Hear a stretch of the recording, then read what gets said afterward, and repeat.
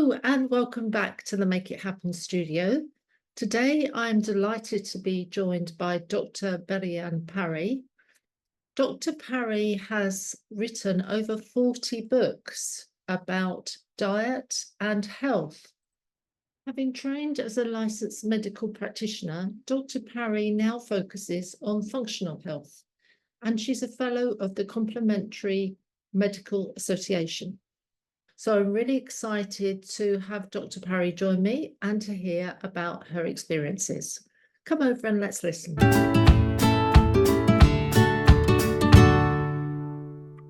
Well, welcome, Beran. Thank you. Really good to see you. So I'd love to hear from you what your favourite thing is about your career, because you've got a very extensive and impressive career behind you in the whole area of medicine and health. You've written 40 books, but I'd really love you to home in on the one thing that really lights your fire, as it were, for you in your business. I think what gives me the most fulfillment is being able to see my patients go on this amazing journey of transforming their health. Because when you see someone who doesn't have the benefits of good health and a high quality of life, and you see them going through a process which then enables them to have a fantastic quality of life and transforms their health, it really is life-changing. So to be able to help on that journey is the most amazing thing to me. Brilliant. And was there actually a trigger for you exploring health?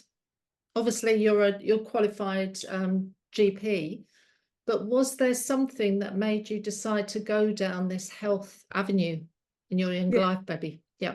Actually, the area I focus on is something called functional medicine, which is not quite the same as conventional medicine, although I have been conventionally medicine trained.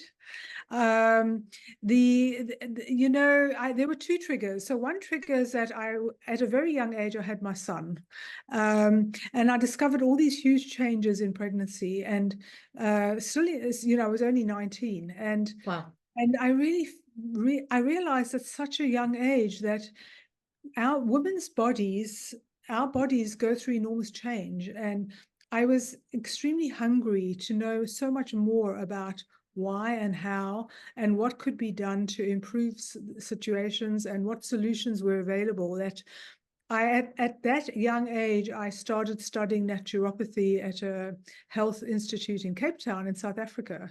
So that was the first trigger, but I was doing many studies at that time. I also studied finance, banking, and ended up in a career doing that in Europe. But then at age 40, I developed a tumor in my thyroid, which out of the blue, I was already extremely well qualified in health and well-being, but I was working only part-time in that. My main work was very much in finance and banking, which was going very well.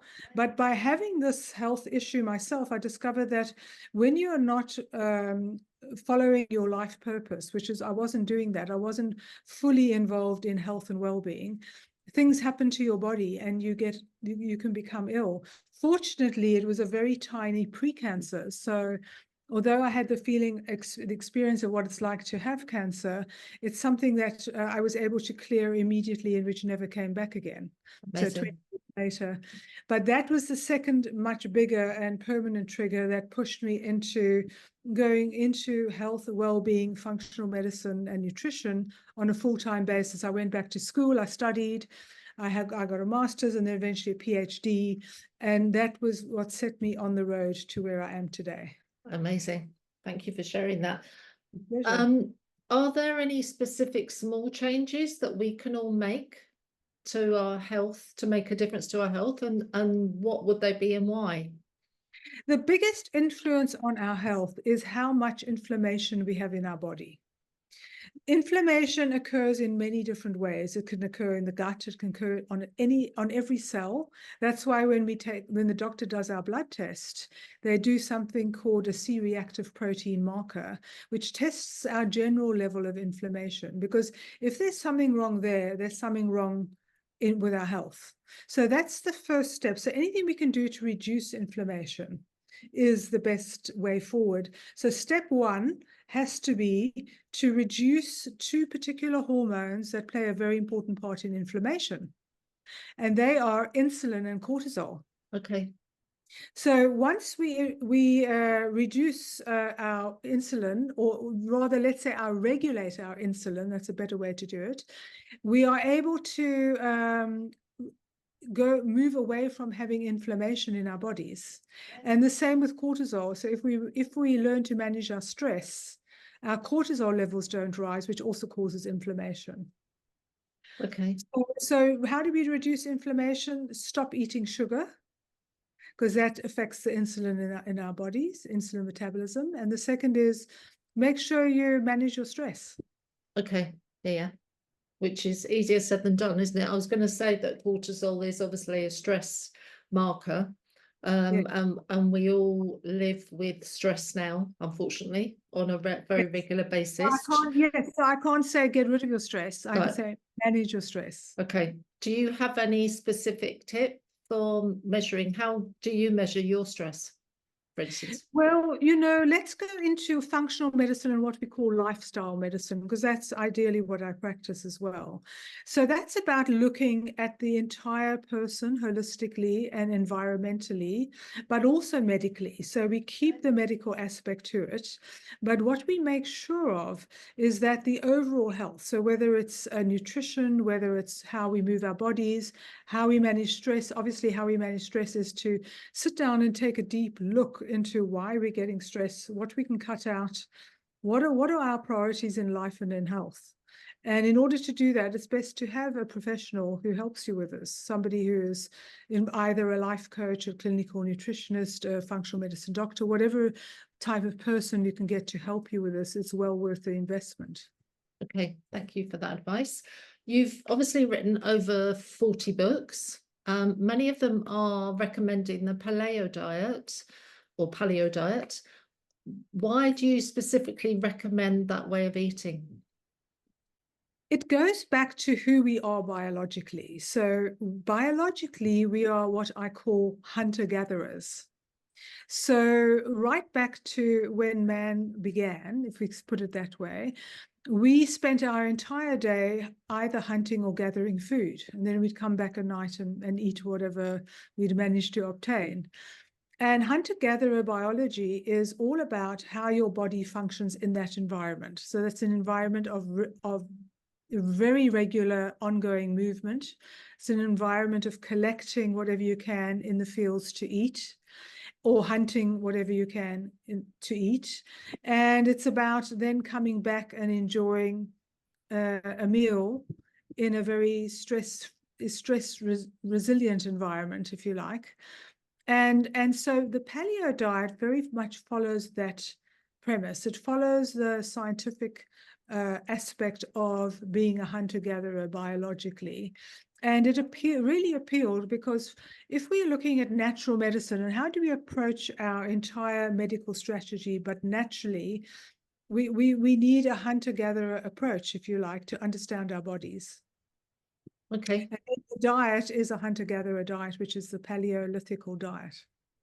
The recipe books that you've created will help support that. What is the biggest challenge you think we face with today's diet? That, is it getting particular foods? Is it not finding the right, not eating at the right times, or eating the wrong types of food? What do you think are the biggest challenges that we currently face? I think it's the temptation to go with processed foods, because a massive amount of money is spent on promoting and advertising and marketing foods that are supposedly healthy. But the moment we actually mess with nature and process a food, it loses its integrity. Yeah. So the best, and it's tempting to do that because we have busy lives, we don't have time to cook, we're on the run, we grab something to eat, and we think we are trying to do our best, we are. But unfortunately, there's a lot of influence now in what we choose, and it's not helping us. Okay, good. Yeah. So it's finding the time for us to actually cook and enjoy what we make, as well as, and maybe making snacks that we can take with us when we know that we've not got a lot of time to actually stop and eat. And Yeah. it's a change of mindset. It's about being creative about it, about knowing Yeah. that the same amount of time to put it, a tin of salmon and a bag of salad and a bowl and some salad dressing into your bag, and then have that wherever you are, rather than grab a sandwich from the garage shop. Yeah. Yeah. Yeah. No, good advice. Do you have a specific business role model who has made it happen for you? And if so, why? Well, there's two really. Tony Robbins, of course, is very famous about how he approaches his business, and he's taught hundreds of thousands of students to have the same passion that he has. And I think his story is very interesting because he came really from a point of great disability, in that not just physically disabled but mentally disabled because of his background, and he managed to change it around by educating himself. So I think my business model is help people to educate themselves, because then they are much more convinced and they have much more conviction about approaching their health in a positive way and sustaining that approach. So that's the thing. And then I think, from there we go into the latest developments in health. Dr. David Sinclair has come up with an amazing longevity model, which we follow and which we've expanded on. And I've just been lecturing about that this morning, because it's all about reversing any type of degenerative condition we have in the body, and are we able to, and can we actually preserve our health and our well-being and our vitality, which we can do if we follow the right paths. Yeah. Yeah, yeah. I mean, they say, going back to your first point, they say if you teach a man to fish, he'll eat for the rest of his life. So it's actually teaching people at the very outset how to maintain and sustain that diet and that lifestyle. That's right. So the first time I see someone, it's more about educating them in that first session, because that's what's going to be most valuable to them. Right. Yeah. Yeah. So your business has grown exponentially. You're now flying all around the world. Are there 3 things that you could teach us for our own businesses? Yes, becoming an entrepreneur is a big decision. I mean, it's exciting, it's scary, it's exhilarating. It has everything in it, and sometimes there are moments where we really enjoy it, and other times it's really tough. So I think it's about understanding that when things don't go according to plan, it's a lesson. If you can really believe that what is the lesson in what's just happened, because that lesson will give you so much more wisdom. Yeah. How you run things in the future. So number one is, I think, make sure that it's that you see it as a lesson. So it's how you view, how you perceive what's happened. That's the first thing. The second item is choose the right people around you. Make sure that that positive environment, whether they're helping you in your task, whether they're even just friends or people that are advising you, it's so important to get that right, to have the right people around you. And when you have that, it's a huge benefit to your business. If you don't have it, it can be a real liability. Yep. Yeah. And the third thing? And the third thing is self-esteem. So we need to understand that we are worthwhile. Understanding that you have enormous worth, and therefore you have self-worth. It really propels you into a new way of not only how you regard yourself, but how you conduct your business. And that, I think, is the third one that will really get you where you need to go.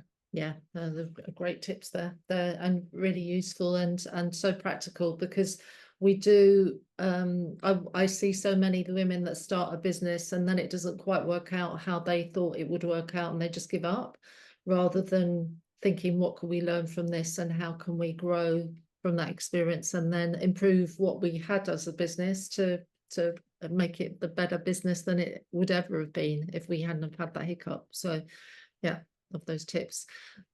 Do you have a favorite book that you've read this year that's made a difference to your life, and why?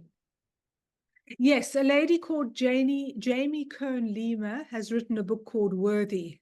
Okay, so that fits with the last point. Yeah. Yes, yes. And she is a lady who's been through a lot of trauma and a lot in her life. She now has an extremely successful business. And she was recently actually interviewed by Oprah because the overall impact of improving your self-esteem or obtaining self-esteem is so huge throughout everything in your life. How you conduct your business, how you conduct your relationships, how you take care of your own health, that it really is the stepping stone to what you want to achieve in life. So that's been the most impressive book this year for sure. Okay, good. So I'll put it in the show notes, then anybody can order it and Yeah. have a read. Do you have a superpower? Superpower is in my own superpower, Yeah. or Yeah. yes, I think it's definitely determination and resilience. But the most one, that's the two, but the biggest one on top of that, of the triangle of power, is passion. Okay. For what you're doing in life, and yeah, and then communicating it. Yes. Yeah. Yeah. Is there something specific that you want to achieve by the end of this year? Yes, we are. We in 2000 we launched our natural medicine business, and what's been wonderful about that is that we've had so many people that have benefited and taken the medicines that keep taking it. So what we really want to do is to bring that to a much larger audience. And at the moment, I've been in America working on that, but also locally here, as more and more clinics and doctors are taking note of this natural medicine because it's all science-based. It all has evidence, scientific evidence and research material to back up the medicines. We're really looking to bring that medicine to a much wider audience who can then benefit from it. So that's the big task for this year. Right. Do you think that doctors are becoming more aware of natural ways of treating health than before? Because I think particularly, I mean, you and I both live in Spain. I think they're generally getting more and more aware of it, and don't just prescribe the latest thing. They actually do say, well, you're better off taking natural products rather than chemical products, as it were. That's such a great subject that you brought up, because even this morning I had a meeting with one of the top internal medicine doctors here on the coast in one of the biggest clinics. And he has asked me to come and join the practice simply to bring that natural, that functional medicine diagnostic into the practice and say, you don't have to go with a chemical solution if there's a natural solution. So, but it's all about education. He's someone who's educated himself. We have a course that helps to educate medical practitioners as well. So once these doctors have time and make time to get educated, they will go in this direction. Yeah, yeah. Wow, amazing. And that's really going to open up what you do and be able to offer it to more people Yes. as you go forward. Would you have any advice for your younger Beran? Yes, so I would say when we go back to when I had my baby very early and then listened to my parents and followed a career of their choice, which was banking and finance, that went very well. Follow your passion even from a young age, whatever the age group is of the ladies that are going to listen to this podcast. Never have fear about following your passion, because that is what will come through your belief system when you do the work, and that will give you the most reward, the most joy, the most fulfillment. Yeah, no, really good advice. Do you have any tips for finding that passion? Because I quite often get asked by ladies that they'd love to follow their passion, but they're not really sure what it is. So do you have any tips for actually finding out what your passion is or could be? So that's a very interesting question, because a lot of us women, or all women really, get very involved in, the normal life of a woman, which is, have a bit of a career, get married, maybe have some kids. And then you kind of sometimes get stuck, because then you lose yourself in becoming a mother or a wife, or even if you get divorced, you're still a mother or whatever it is. So how do we get back to who we are, is the question. And that's about, using some kind of process where you really focus inwards on yourself. So to give you an example, I'm putting together a natural medicine day or a retreat, a day retreat experience. And we're looking at, first get yourself into balance. So do a bit of yoga, meditation, and then really look carefully at what is it that really excites me about my life. So is it something, is it art? Is it health? Is it just simply helping other people? Is it a particular area? Do I want to teach something? And really take a look at what is it about life that excites you the most. And most people, funnily enough, either want to help other people or help animals. Okay. So I get that a lot. Yeah. And then if you want to help people, then the door opens very wide, because then you can either teach something, you can advise something, you can become qualified in that. You can simply just volunteer somewhere that needs your help, or you can help someone else that's helping people. So there's so many different routes you can go from that. So find out what your own passion is. Brilliant. Love that. Great tips there. How best can the ladies and listeners and viewers connect with you? We'll obviously put links to your websites below, but you've got more than one. So is there a specific way that's best to connect with you and also find out about those functional medicines that you offer? Yes, so there's 3 websites. The first one, I think, to look at if you want to know more about what it is that I'm doing or what we are doing in functional medicine, is to look at my private site, which just gives just a brief summary. It's drberanparry.com. That one gives a brief summary of the process and what we do and a bit of background about myself. But if you want to go directly to all the medicines, and there's a lot of background about each medicine, a medical link to check the research on it, genxhealth.com is the one to go to. And if you want to look at the overall impact of what we do, the diagnostics we do, the education we offer, you go to our new website, which is the biogroup.com, advancedbiogroup.com. So those are the 3, because we have different people who have different interests. So those 3 will give a lot of different informations about what you might be interested in. Sure. And you mentioned the diagnostic, because you do actually help people diagnose and then support them with their health journey. So tell us a bit more about that. So with the diagnostics, what we realized is that while conventional medicine itself does have limitations with having to give chemicals, there are some really good diagnostics. So things like blood tests, DNA tests, gut tests, and hormone tests are all extremely helpful in finding out what's wrong with us.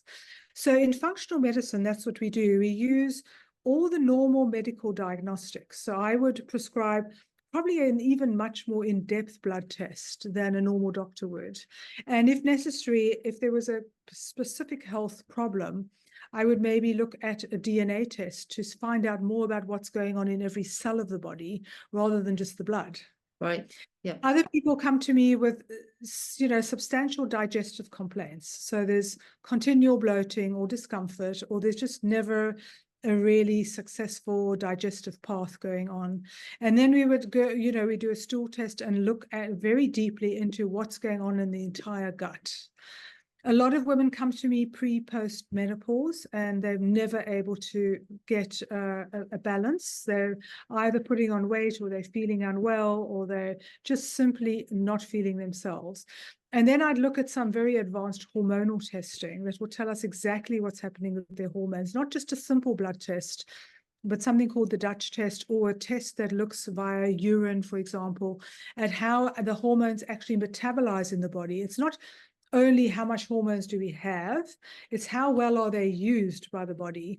And you've got to go into functional medicine testing to find that all out. And a normal doctor doesn't have time for that. They are, bless them, very, very busy just dealing with making sure people stay alive from one day to the next. So when somebody wants a much more in-depth look at what's going on with their health, they would come to somebody like ourselves.